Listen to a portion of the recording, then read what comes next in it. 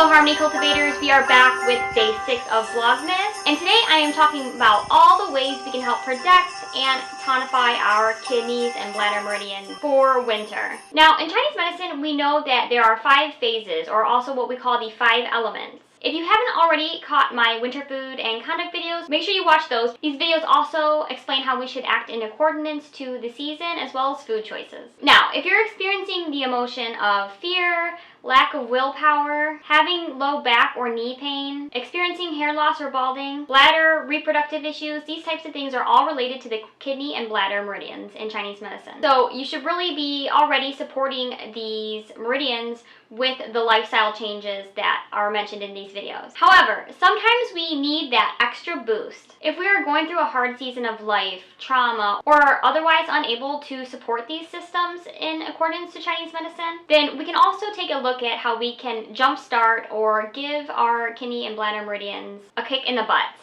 And this is what we call tonifying, which is basically to supplement or to nourish an organ. Now, there are many ways that we can do this, and acupuncture is one of them. But I really want to focus on how we can do that ourselves at home. I love acupuncture, and I'm definitely a proponent of it. But by learning to take control of our own well-being and learn how to manage our health is key to empowerment, in my opinion. So when we incorporate kidney tonifying foods, these are foods that are really just going to beef up the yin and or yang in these organs. These include foods such as oysters, mussels, chicken, lamb, organ meats, specifically the kidneys, because like nourishes like in Chinese medicine, are the types of meats that are really tonifying to the kidneys. You know, other foods that are considered tonifying to the kidneys would be nuts and or seeds, as well as eggs. You know, since our kidneys are in charge of our life essence, our life force energy, we can also understand or make the connection that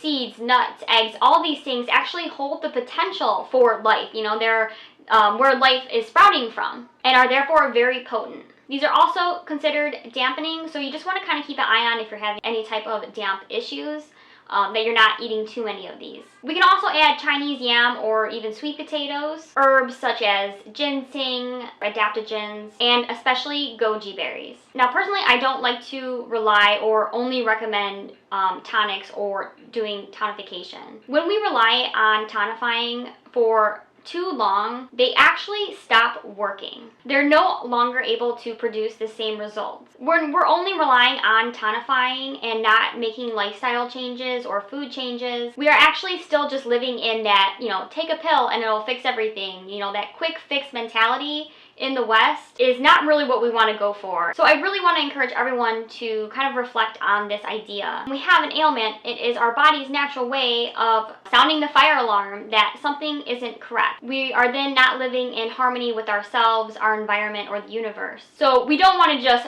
punch out the fire alarm. We want to turn the fire alarm off, yes, of course, but we want to identify or recognize where the fire is happening, why it's happening, how to keep the fire from happening again, and address it appropriately. And this can really only be sustained by recognizing and then adjusting our conduct, our food choices, and lifestyles accordingly. So besides that, I will always harp on during the winter season, doing less, you know, getting more rest, being less active, less productive, being more reflective, and really taking time to rejuvenate ourselves. This conserves, and if done correctly, then it also helps to build our energy in the future. We can also use moxibustion as a way to tonify our organs, especially the kidneys. I have a video coming out soon, and I will update the description below to include that video. However, there is another super simple, easy way that you can also help to kind of protect or guard your kidney energy this year. And this is largely not done in the West. However,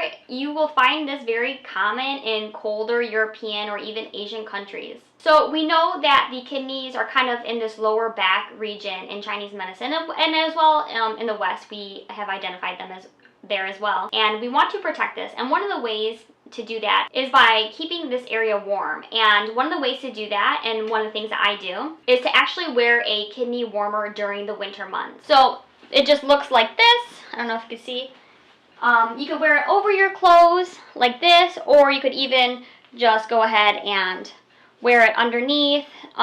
Even something as simple as wearing, you know, thermals or long john, another layer. So I personally like wool or cashmere, and I have these linked below as well, just because they are a natural fiber and they have a lot more potential for heat retention than synthetic fibers do. You know, this is a very traditional, more of an older piece that is worn because it was always known, especially in times without heated homes, right, that this area is very important to protect and keep warm. As I talked about in my last video, Grandma was right. We want to protect the kidney meridian by keeping it warm so there is still good qi flow. Now I know we are living in the fashion season of crop tops galore. However, this is such a big no-no in Chinese medicine. Exposing the midriff is a surefire way to have kidney and or even menstrual issues because you're exposing these meridians, these areas of the body, to pernicious or what is considered evil because they are harmful to us and in turn can make us ill. When we bring cold to a meridian, we are actually doing our body a disservice because the body or the meridian has to then waste